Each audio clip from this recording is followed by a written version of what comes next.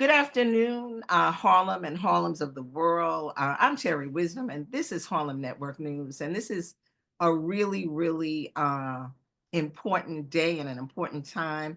We've been putting up things since the new year, but this is one of our first official one-on-one interviews.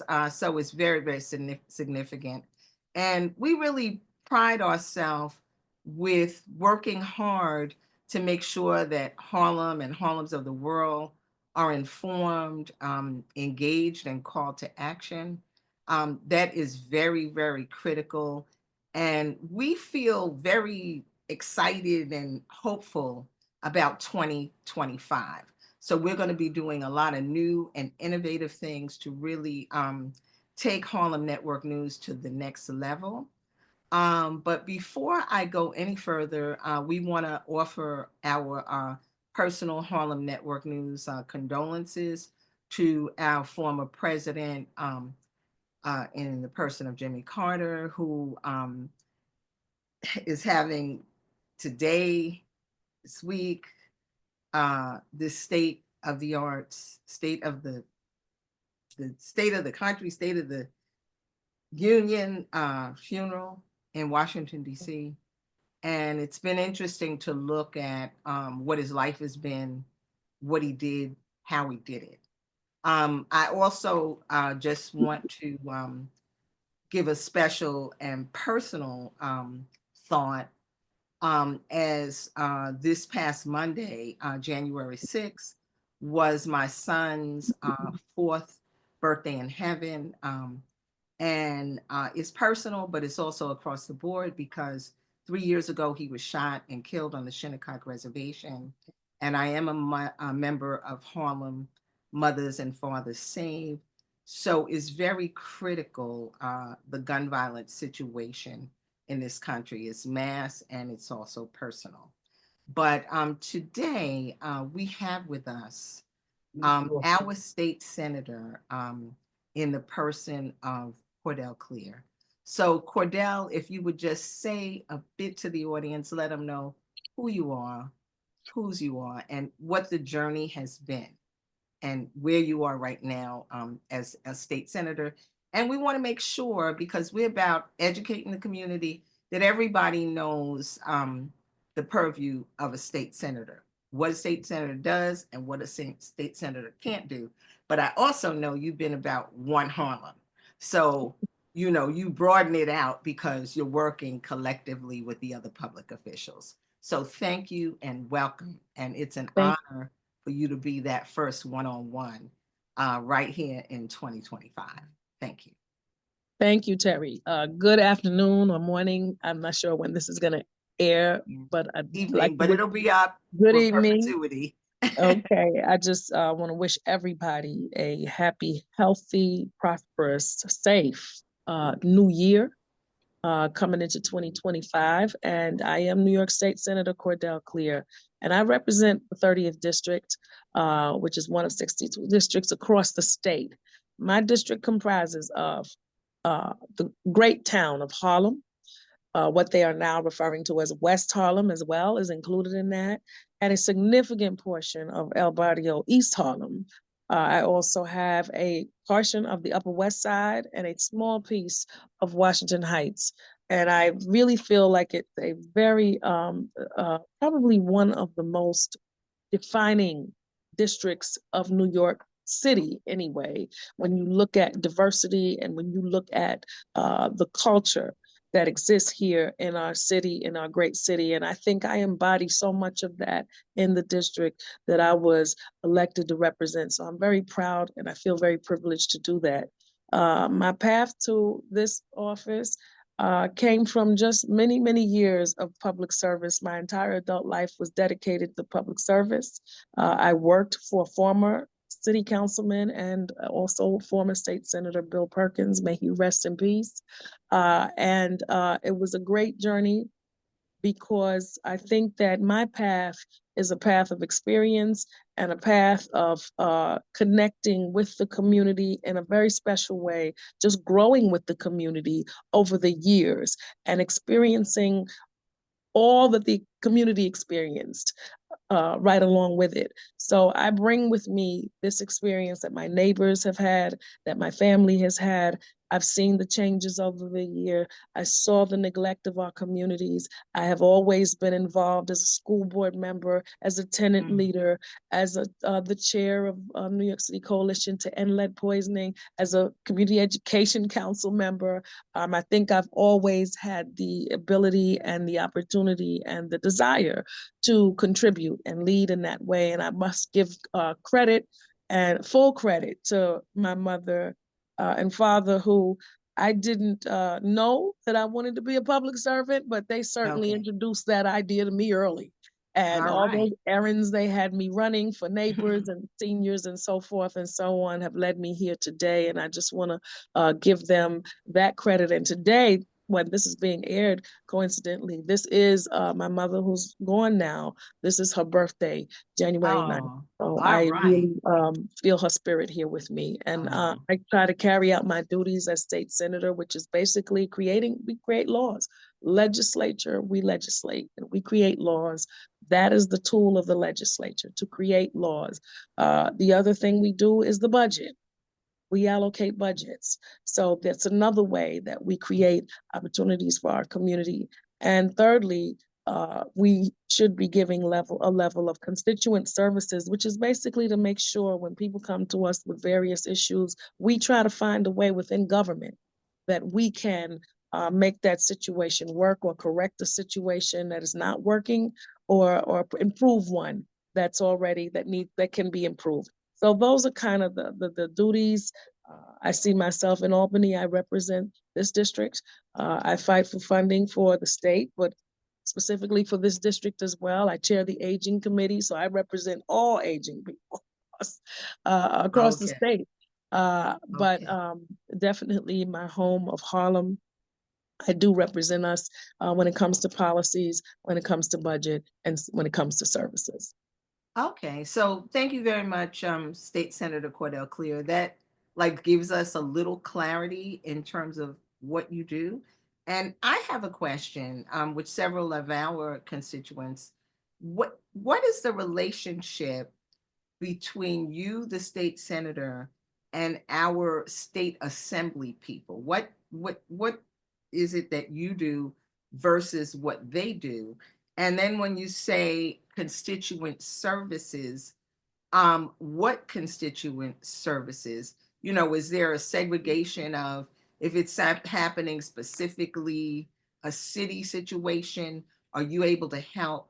Just so people know what Absolutely. they actually can get help from with you. And once again, I will mention your initiative, One Harlem, because that makes it so support can go across the board. So if you would talk a little bit to that, that would be very helpful. Thank you. Right. Yes. No, thank you for bringing that up. So, for the first part of the question, the assembly is, we roughly do some of the same things. However, the assembly members represent smaller neighborhoods within the district. So I cover the 68th, the 69th, the 70th, and the 71st assembly district. So there are four assembly persons in that group that I Okay. have to work with, or that represent those smaller geographical areas, and as opposed to the Senate, which represents larger areas. And that's the biggest difference that we have. But I partner with each of them on legislation, because anything that I want to get passed has to get passed in both houses, and before it can even go before the governor. So we work together. I work together with legislators within those boundaries as well as outside. There are legislators from other parts of the state, other parts of the city, that I've partnered with on specific bills that may be of interest to them, and they're in the committee that they may chair, or it might be something that they have been working on, or that's also affecting their district. So we have partnered on those things together. As far as One Harlem is concerned, I think that we work best when we work together. And to the extent that we can, we don't agree on everything as individual leaders, but to be effective, or to get the maximum effect of on what we do, I think that it's so important that we work together as much and as often as we can.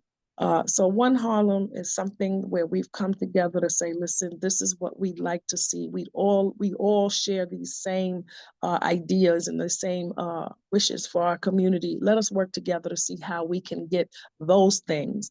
And as we continue to fight separately, where we have to. But on those things that we can work together, let's put all our voices together so that we're not fighting individual fights, and people can know that we support everything that the community wants and is asking for. Okay. And specifically, if I have a problem with housing, or if I have a problem, whatever it may be, Right. where would I say, okay, I'm going to go to State Senator Cordell Cleare as opposed to my assembly person, as opposed to my council person? Or can I Well, just go to you with everything? and people do. I'm sure. but but Okay. once they get here, we're able to direct people. For the first part of my service, when I first got elected, I found us doing a lot of everything at that time. Because people weren't sure where the council office was, they weren't sure what was happening for whatever reason. To the extent that we can help, certainly we have relationships with city, state, and federal agencies, but really the state senate is really supposed to take care of matters that involve the state and state agencies. Okay. It is what we have purview over, if you will.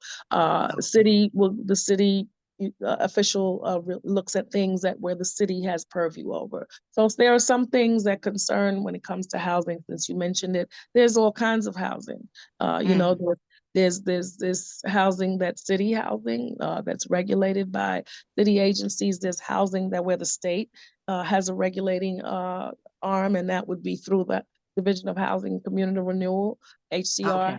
Okay. So that would be things that go through that agency, is an agency that I would have purview over. But then there's also HUD. There's Section 8. Those are federal programs. Okay. So there's different instances, and it depends on where the funding's coming from and who's over it. But what happens when people come to my office is that we wade through a lot of, and we if we have to, we direct. Yeah, very Sometimes important. we collaborate with, Mhm. and or we might make contact initially ourselves and then bring the appropriate representative in to Mhm. help in a matter like this. So, and that's another way that One Harlem works too, because we can together, we know that we want to make sure that conditions are good, housing conditions are good across the board, but we know that we have relationships just by virtue of the office that we represent with who we are in touch with and who we're working with and what offices we may have, agencies we may have purview over. So we Okay. direct people when they get here. Okay, that's important because a lot of the general population, particularly in Harlem and communities like Harlem, people are very overwhelmed. Absolutely. So it's kind of like if they have a problem, they might not really, understand, okay, if it's a federal thing, then our congressperson is going to deal with it, or our senators are going to deal with it. And then there's state senators, and then there's the city and the city council and the mayor. So I think that's great that you are directing people. At least they can get a start, or you can give them a Absolutely. referral. And then if Absolutely. it's coming through you, you can kind of make sure that, they're not spun around in a whole bunch of red tape, because that's, obviously very frustrating and Absolutely. distressing. One of the things, different of our constituents had questions for you. And one of the questions is, obviously, all public officials, when they start out, there are very specific things, during the campaign time that you look to deliver and say you're going to deliver. So, with the things that you wanted to deliver, um, what things have you been able to deliver, and what things have been, kind of left on the table? And, in this next term, because I know it's reelection time, you're going to see how can we get this done? Because It's very interesting. As we think of Jimmy Carter, there was a very interesting interview on WBAI that aired yesterday. I don't know when he actually did the interview, but one of the things for him as president, he had a lot of things that he wanted to do, but there's a lot of corporate powers and money powers and all kinds of things when you get into an office where there were things that he wanted to do that his hands were tied and he couldn't do what he wanted to do through the system. And he said that's one of the reasons when he came out of office that he really tried to do as much public service as he can, because he felt like he was boxed in.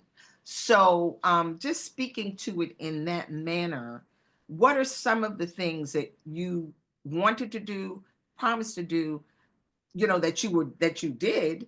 I know there's some legislations that you got on the table, but there's some things that you want to do that maybe got stopped by this or that. So what were those things, and how do you think you can get on through it, wade through You that know, water?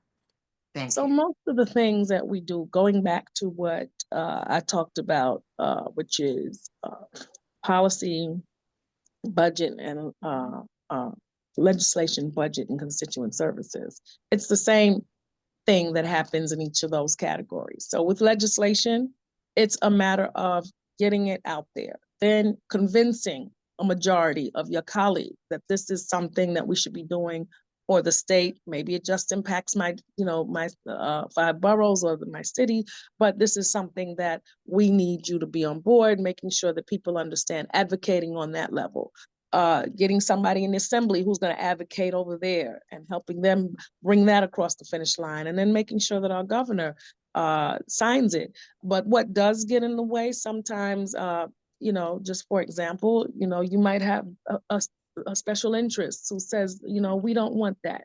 That's going to be a problem for big business, or that's going to be a problem for big pharma, or that's going to be a problem for us. And it's about making that argument, peeling back some of the sky is falling type stuff that comes out when people don't want to do something, when the political will is not there, and trying to advocate, make sure that your constituents are advocating to the governor and others.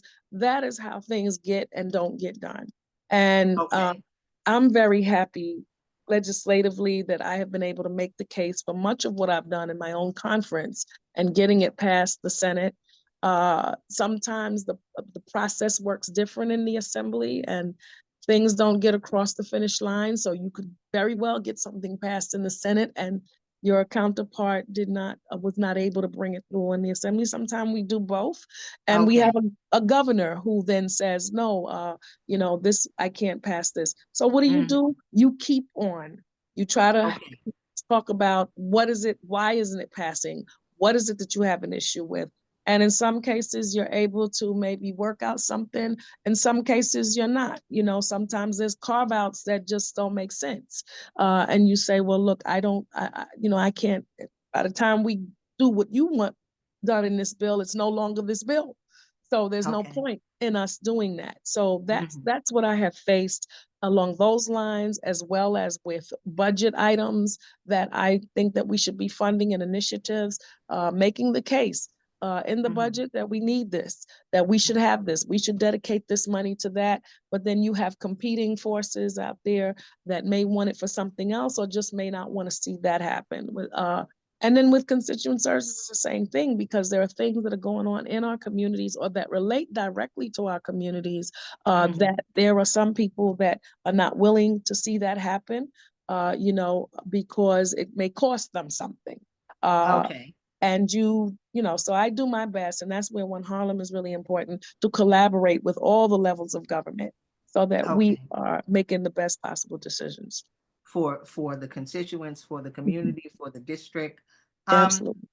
from my knowledge, what stands out for me, and I know there are a lot of bills that went through, a lot of legislation, but I was at the event for the Clean Slate bill, and I know that took a number of years.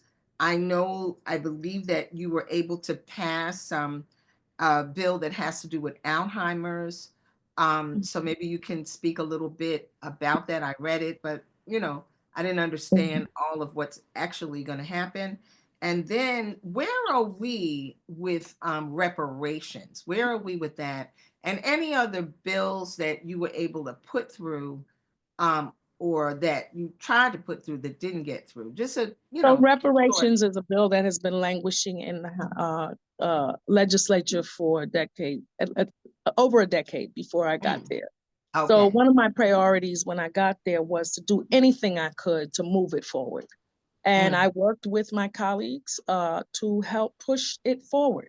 Sometimes it comes down to, Terri has a bill and Cordell has a bill, and I want it to be my bill that comes out, and I want it to mm, be my bill that comes out. But we got to find a way to make sure that the policy that's going to get the most success gets put forward, whether it's mine or yours. And that's the attitude that I came into the legislature with. I don't have to mhm. write the bill. It doesn't have to be my bill. If it's Okay, a I got good you. bill for the people, I'm going to work with the sponsor, the primary sponsor, and I'm going to help get it passed. And that's what I was able to do with reparations. Behind the scenes, under the scenes, over the scenes, not even Mhm, on the scene. I'm going to work with my colleagues. And there was a great bunch of us, a great bunch of legislators who all said, listen, it's time for us to get this commission is long overdue, and we were able to work towards getting that. Now, what we passed was that there would be a reparations commission to mhm. study the institution of slavery in New York and make Okay, recommendations. I think that actually the life of that began this past summer, okay, and that commission is still doing the work of the commission. I think they have a year to study and come back with recommendations. So we're waiting for that to happen. And that was monumental and historic that a step be taken in that direction, because I've always said there are many parts to reparations that people don't mhm. understand. It's not just one thing. Number one, we have to acknowledge that something happened, something wrong happened. And for me, passing that legislation was such an acknowledgement, because New York State recognizes we did something wrong. Something wrong happened to a group of Right, people. That's absolutely. important. Secondly, we have to compensate. We have to say, listen, this is the harm, this is what it caused and is causing, and whatever that is, this is how we are going to compensate, and this is what should be done. Mm, Thirdly, we also have to say, uh, we need policies and we need guarantees and initiatives to ensure that this guarantee that this will never happen again. mm, Those are very important. And then there are other steps. right, There's steps mm, toward healing. Some people need to heal. And how do we heal those relationships? How do we heal those feelings? So there are many steps in reparations. And this is not a sprint. This was not an automatic. I don't think there's anybody alive that if someone gave them, I don't think there's an amount of money that you can give any person, solely just an amount of money, that takes away all the pain, all the hurt, all the damage. I think that it mm, helps. There might be a right, dollar amount that helps, but there are mhm, services and institutions and laws and all kinds of things that have to go along with that in order for us to truly move towards repairing. Things like mm. clean slate, you mentioned. That Yes, bill preceded me coming there, but I jumped on immediately with my colleague, okay.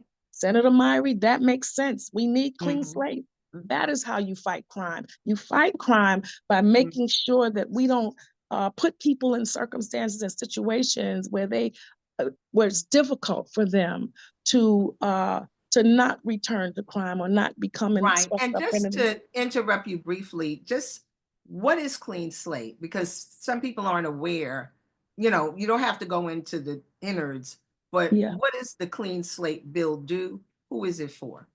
So it is for people who have committed a crime, and you know they've been out, they've served their time, they have been uh, crime free for a period of time, And now we need to seal those records, because you shouldn't continue to pay for a crime for the rest of your life. Not being able to get certain employment, not being able to get housing, not being able to get, even education in some cases. You're not contributing to someone doing better for themselves. You're keeping them in a certain situation, and that is something that is unfair. That's not justice, and that's not what it was intended to be. My office takes calls, even though we had an event. We're still directing people. If you don't think that if you think you may qualify and you're not sure, you can call us and we can help you by telling you and referring you to some places that will help you look at your record and make sure you can get it sealed. So that's, and that's something that affects hundreds of thousands of people across the state. And I'm happy to have been a part of that and getting that passed. Yeah, that's great. Yeah, that impacts the people who were incarcerated formerly, and then it affects their family, and then spiral it out. It impacts on the whole community. The whole community. So we want to make sure we don't throw people away. We want to make sure that people do get the second chance or third or fourth chance that they deserve. If you're doing what you're supposed to do, there's no reason. And the workforce needs you. Why keep people out of the workforce when they can or be keep them out of housing, which then means they're homeless, or they got to get in a shelter or something, which can ultimately bounces back on the whole community. So just some of the other bills that you spoke about, the reparations. What about, because I know that's your committee, aging, what about the Alzheimer's bill? What is that? I have a few bills for Alzheimer's. I don't know if I have one in front of me, but okay, no worries. Just an overview. Because a lot of people are dealing with this, and the one bill that I'm really wanting to make sure that we get through is because there's not a lot of information available about Alzheimer's, though it hits so many families. And there was not one place. What I was advocating for was a clearinghouse of information of best practices, also for more research to be done around a cure for Alzheimer's. So that's something that we're working on. We want to see more resources being put into Alzheimer's and the cure, and also making sure that our families have access to that information and those practices, because it's a growing problem. People are younger and younger with Alzheimer's. It's not even something that's affecting just the aging. It is something that's affecting younger and younger people. So that tells me and directs me to know that research is really required, because understanding. Absolutely. Okay. Some of the bills. Go ahead. I'm sorry. No. I was just gonna talk about some of the bills. Some bills are statewide, and then some are very local. And like, for example, I represent a large portion of East Harlem, and they have long fought for making East Harlem a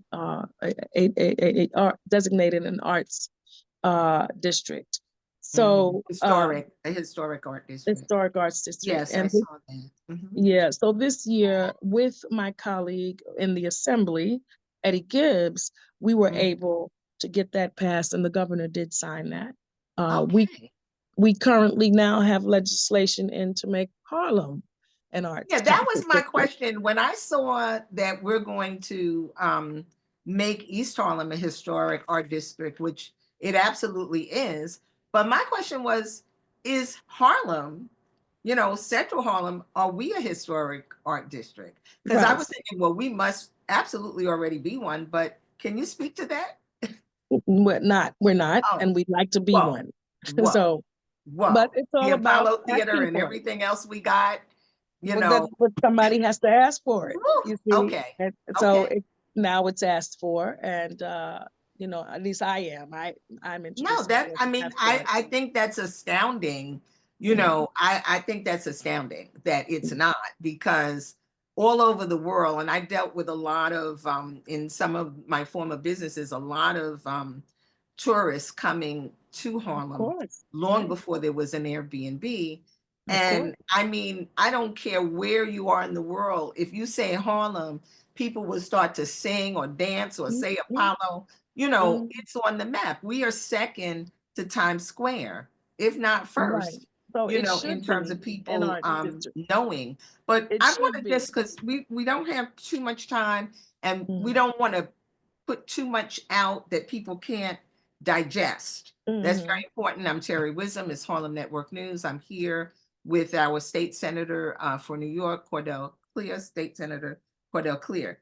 But one of the things that I came across, and this was prior to the new year, our city comptroller, and I think this is a state report, came out and said that, and this was he actually was at the National Action Network with Reverend Al Sharpton, and he was speaking, and he said that the mean income for Blacks in New York State was $19,000, and the mean income for whites in New York State was $200,000. And I found that astounding, and I thought maybe I didn't hear right. And I spoke, reached out to one of his press secretaries who actually sent me the documentation, and she said it was statewide. And I was like, that really says a lot, because we're always speaking about the disparities, here in Harlem's and Harlem's of the world, the inequities. And so we need to understand what that is about and what we can do about it, because it's really, really hitting us. And even though, not that it's divided by that, but even though we have, I would say, a lot of Black and, people of color who are now public officials. And, some people think because that's the case, like automatically everything is going to change. But I'm saying these disparities are real. They're happening now. And when you look at that kind of gap in income, it tells you why there's a problem in every single thing. You know what I'm saying? I mean, Absolutely. so So, what can we do? Because I think that we're studying reparations and all of that, but this is something that's happening in the now, and particularly in our school systems, which I'm working, doing workshops and different things solely in District 5, which is a central Harlem. And what I'm seeing is separate but not equal education, and that was passed a long time ago. We're okay, also Terry, let me seeing, answer some of this. 'Cause okay, you, go for it. yeah, you, Thank you. because I Appreciate forgot it. what the first part of the question was. I'm sorry, I be on run on sentences. Yeah.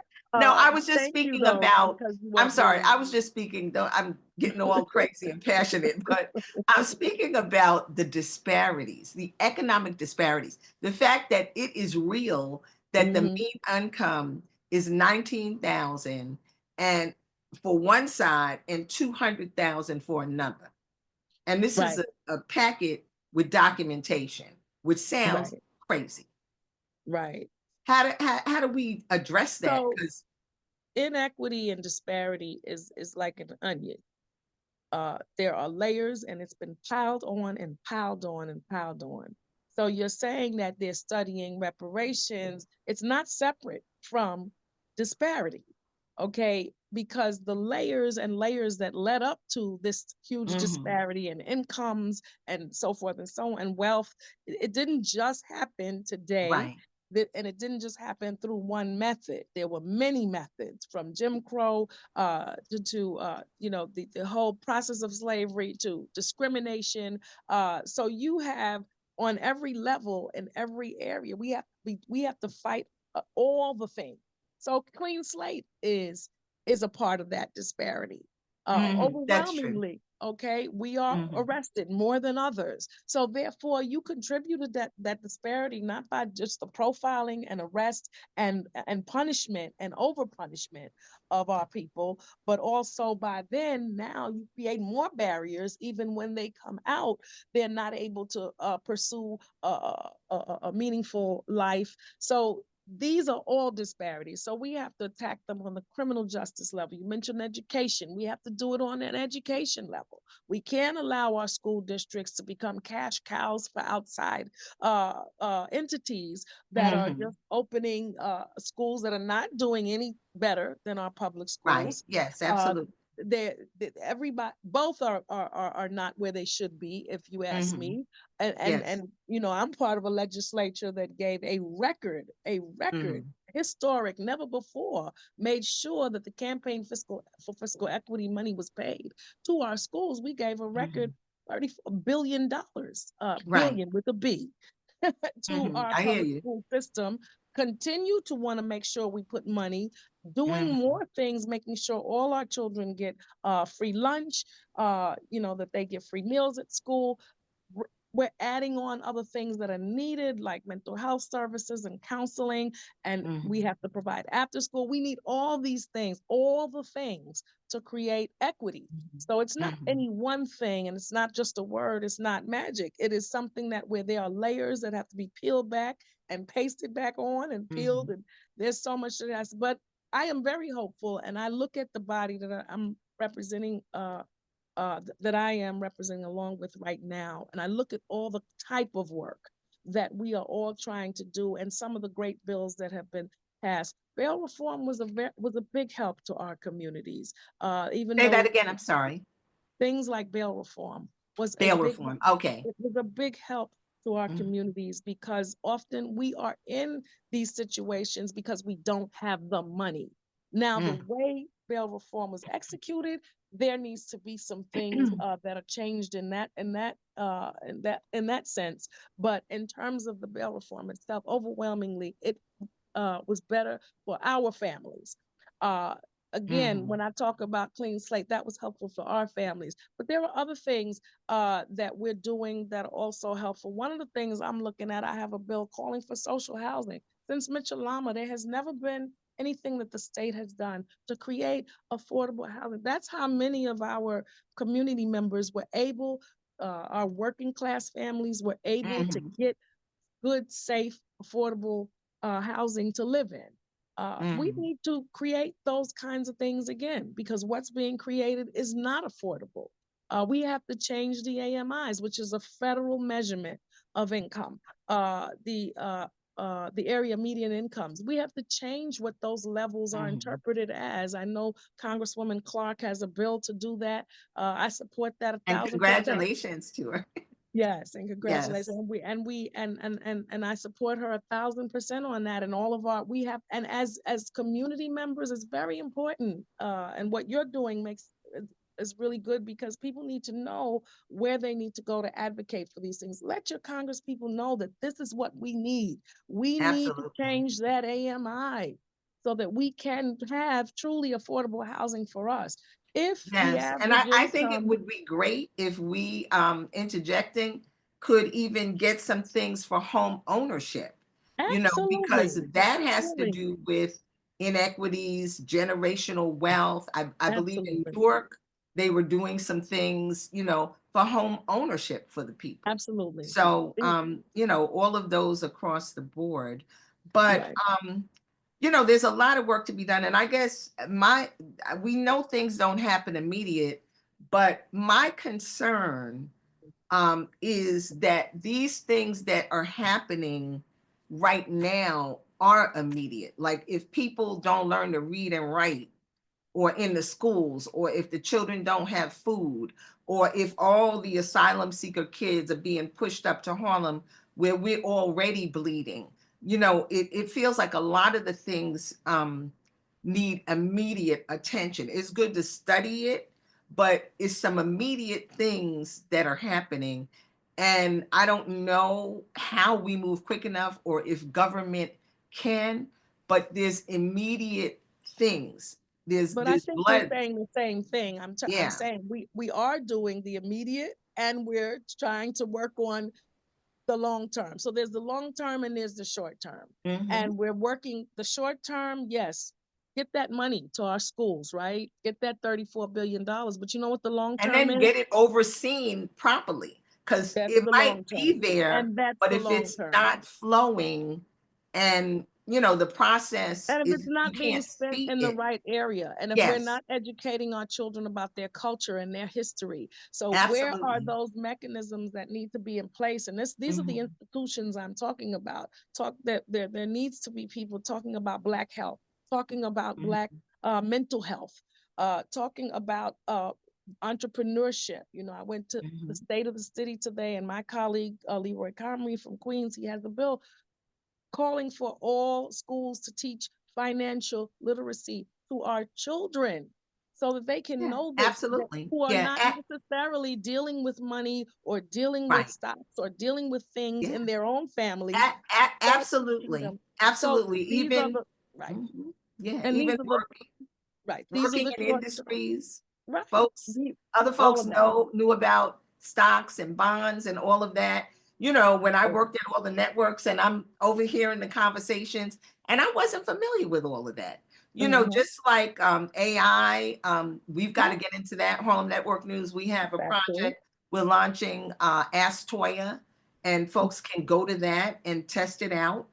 We're working on that because it's going to tap into whatever GP Chat is doing, but also like the Schomburg systems, the Black college systems. We got to get into all of these things now, Absolutely. some kind of way. Well, my last thing, because like I said, it's a lot to take in, and I thank you so much, for being here with us. And it's very befitting that it's kind of the top of the year and a blessed day as we're doing this interview on your mother's birthday. And I know just from my son and everybody else, the Capricorns are, woo, Yeah, they're intense. They're they're intense. intense and they're leaders, They are brilliant absolutely. leaders. Or Yes, they Capricorn, you are. can look at it. They about business. Yes, they are. So, just in terms of this is the last thing that one of the constituents in prioritizing resources. It's saying, given the competing demand for resources on our city, how will you or the public officials or One Harlem be able to get the funding and initiatives to Harlem to ensure that our district's pressing needs can be met? The small business needs, the this, the that. What are some things that could potentially be put in place so that these things are prioritized? Because a lot of times, just like in media, the understanding is like people are watching things like Tubi and they're thinking, oh, this is Black owned, BET. And so, because all of those eyes are on those things, they get the advertising dollars. And then, maybe a Harlem Network News or, a Roland Mitchell or an Amsterdam News, they're going to get what crumbs is left over. So, how can we prioritize so that we can do what we do with what we know and reach the people? Just to give the example of that you just gave, when we're in these rooms, and I try to make this a habit, really keep a list of who our community business owners are, Mhm. whether it be media or anything else. Right. Because when projects come along and when things are being done, and I say, well, how are you going to benefit the community? I come with a list. Mhm. Can't say who, but these are Right. all the people and all the Yes. things. Yes. Yeah. Because Important. oftentimes people say, oh, we can't, we couldn't find anybody, we didn't know. So it's important, again, and One Harlem is important in that vein because we can also promote from within. the people who are within our community. We can't make anybody, you know, we can't be biased, but we can say we want this to benefit our community. And these are the people who we believe are part of that community when it comes to these services and these goods and these things. We have to make sure that people know that when it comes to government contracts, city, state, federal, there are different agencies. For us, you can go to the Empire State Development Corporation, Harlem Community Development Corporation. They have a subsidiary right here in Harlem where you can talk with them about becoming certified as an MWBE to make sure that you're there. If somebody's looking for people that make pink ribbons and you're a pink ribbon maker, there you go. There's the pink ribbon maker. Use that person, or that's one of the choices that you can use. So that's something we can do to highlight. And it's just that always repping our people in our districts, you know, making sure, I try to make sure that Harlem Network News and all the other network news media are always getting releases from me, always getting messages from me, because I do regard you as people that can get information out to our folks. And certainly whenever I'm asked, I make sure that I have a list. We need to make sure that our local media are getting these messages, and they're getting paid to carry these messages because they need that kind of support. No, it's important, and across the board, because we know that small businesses, from media to be it restaurants to be it a printing, these are what hires people or can hire people, and it's rather, you know, boots on the ground. So very, very important. So we have a lot of work to do, but like I said, I feel very uplifted and inspired about 2025. I mean, I do too. you know, you know, we went through the election, you know, we were together at the convention.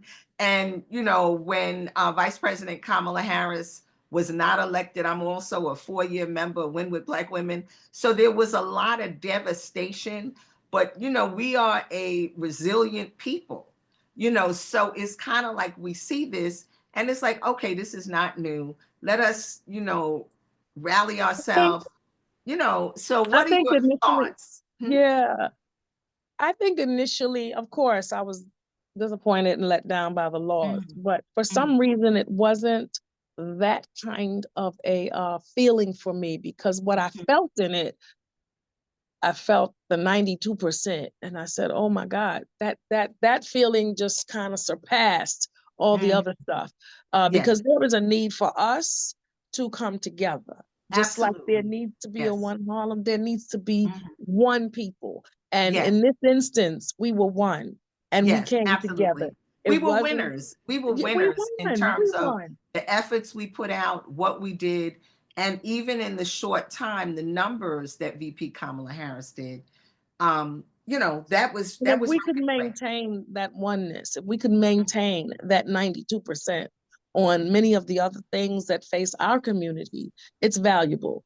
It is something that will bring victory, and I'm very proud of our community, both our men and women, for what we did in this particular election. And I think it sent a certain message to people that we can be unified. And we are formidable. So there are pluses in this, and I'm very happy about it. I'm very excited about what's ahead. I plan to work harder, even harder than we have before. And I believe that with that hard work and with the support of the community and us moving once again, unified in one voice, we are going to be able to overcome a lot of situations. We already have, but there are many more, and we're going to keep on pushing. And I just want to say one thing. I'm not up for re-election. I ran unopposed in 2024. So I'm not up for re-election until 2 more years. So but that's I guess I'm confused with all the fundraising and well, that's the problem. Council person. That's the problem. So, you have to fundraise all the time. So just bring clarity, because I know if I'm confused, then I know everybody else is confused. So 2026 are when the next state elections are taking place. But right now in this year, 2025, it's all our citywide elections. So we are, especially our mayor, and there are many people in that race, our comptroller, Mhm. I don't know if anybody's running against our public advocate, but those are the 3 citywide offices, Right. and those are the ones that would be on the ballot. And then, of course, our council members. Yes. So if there What about, or is it just people are moving the, borough president? What, and borough president, yeah, I was going to okay, get to those. And our borough okay. president, they're also running for reelection. So, and you have some judges that are on the ballot this year as well. So Mm, that's what you're hearing. The citywide and city elections are the big thing okay. this year. And some of our smaller, community positions that are the party positions, some of those are up for election this year as well. But the And state your next election is 2026. 2026. Okay, so we got a Yeah, good yeah. Because stretch, yeah. okay, So to we got get a these little bit of things a done. stretch, and Yeah. yes, would love to Mhm, try to get them done. But if you see me having an event in between, it's because mhm. I've been told by my team you have to raise money, and you do. Okay, Uh, okay, yeah, and you can't wait until okay. it's time. So most of us do raise money. We try to keep on doing that Mhm, so that when mhm. election time comes, we have It's not a resources big that we. crunch. It's not a big Okay, crunch because good. I would really much rather be doing the work of the people. Mhm. Okay, okay. Well, thank you for that. And I know, I'm Terri Wisdom. This is Harlem Network News, and we're wrapping up with our State Senator Cordell Cleare. And thank you for taking the time and breaking down. And I certainly learned something, which is why I love, doing a lot of these interviews. But in terms of engagement, and I mean, I think because your office and a couple of offices that reach out to me, like with whatever's going on. And I love that. And I love the fact that whenever I call your office, somebody answered the phone, somebody calls me Thank God. back, Yes. somebody emails me. In some instances, it might take a minute, but it happens, and I think that's a big deal of Thank you. accountability. You know what I'm Thank you. saying? That's like really from a business standpoint, for me, the worst thing that can happen, especially I come out of news and media, when I call somebody and they don't call me back or text me or do something, and I'm going to keep calling.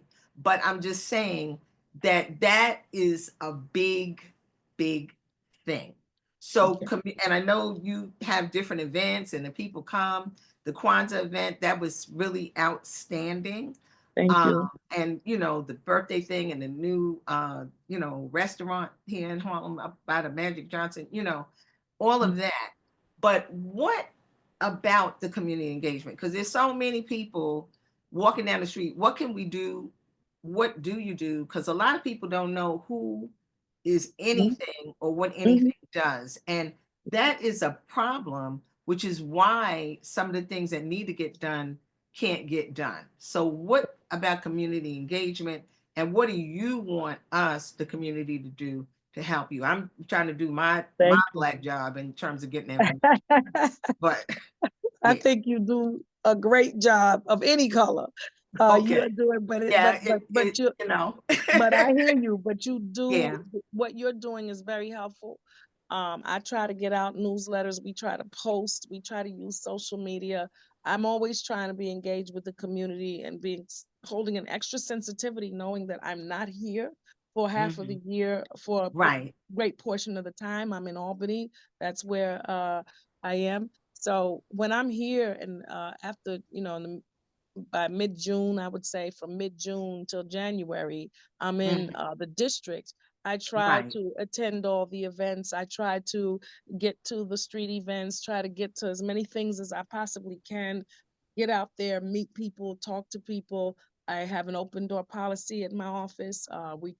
We receive people all the time.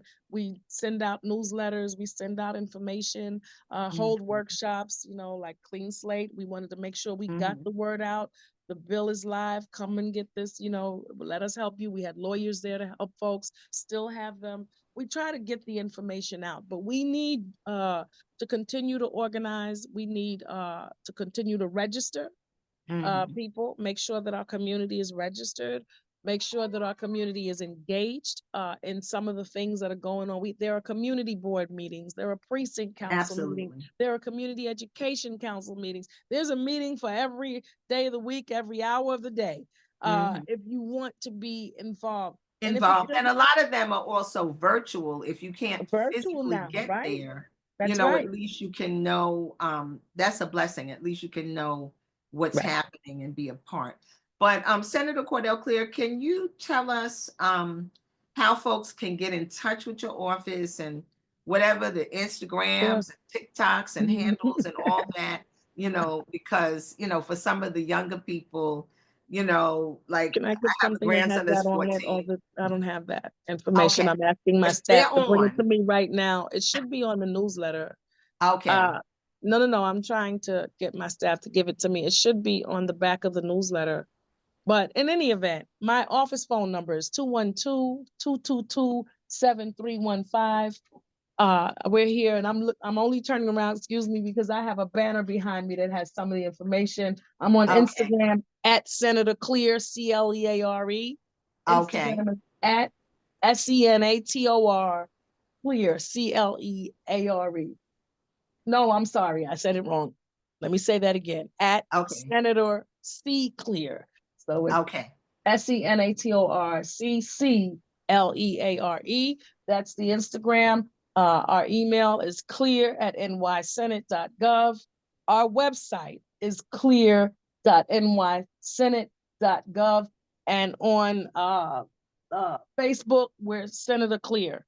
Okay. On Okay. Facebook, they can find us. And we're at the Adam Clayton Powell Jr. State Office Building, which is located 163 West 125th Street, and we're on the 9th floor. Please don't hesitate to come by, visit us, call us, whatever and however we can be helpful. My office is here to help you. Okay. Okay. Well, thank you so much. Thank you for joining us with Harlem Network News. And I already got a whole bunch of ideas to move Good. forward, Okay. from us talking, particularly for our young people, from a media standpoint, to make sure that they inform, they know what's going on around them, because from a TikTok standpoint or whatever, that's where, a lot of them are getting their information, and Absolutely. down to my own grandson who's 14. And I remember, when Donald Trump was elected, and he said, well, he did do something, Grandma? Didn't he stop the war? And I was like, what war are you talking about? He said, Right. no, so He saw it on. we gotta feed Yeah. feed it, because otherwise there's a lot of confusion and a Yeah. lot of misinformation, and it's getting Misinformation. Yeah. to the young people. And because they saw it on that, which is their trusted, you know, their Yeah. trusted thing, Their then they source of believe information. Yeah. that this is true. And then once it's in the mind, is you hard pressed It's to hard take to it get it out. out. Yeah. Hard pressed to take it out. So thank you so much. I'm Terri Wisdom. This is Harlem Network News, and wonderful to spend this Some hour time with you. with Yeah. Senator An hour. Cordell Yes. Cleare. Ooh. Thank you. Thank And you for so it's your been great. assistance. And support Black media, support Harlem Network News. Go to all of our handles, go to our GoFundMe's. If you have ideas or things that are happening in the community, please reach out to us. You can get us at 646-261-5397 or harlemnetworknews@gmail.com. So thank you very much. And I'm inspired. It's a good Me thing. too. Thank you. Thank you. Thank you so much, Forward Terri. Have a ever, great backward evening. never. Conditions, like That's right. Marcus Garvey said, the conditions will, I'm paraphrasing, but that's what's going to make us step up and do what we have to do. And as our James Baldwin said, so goes Harlem, so goes the world. Real true. All right. Take care. Good Okay. night, Thank everyone. you. Okay. Bye-bye. Thank you.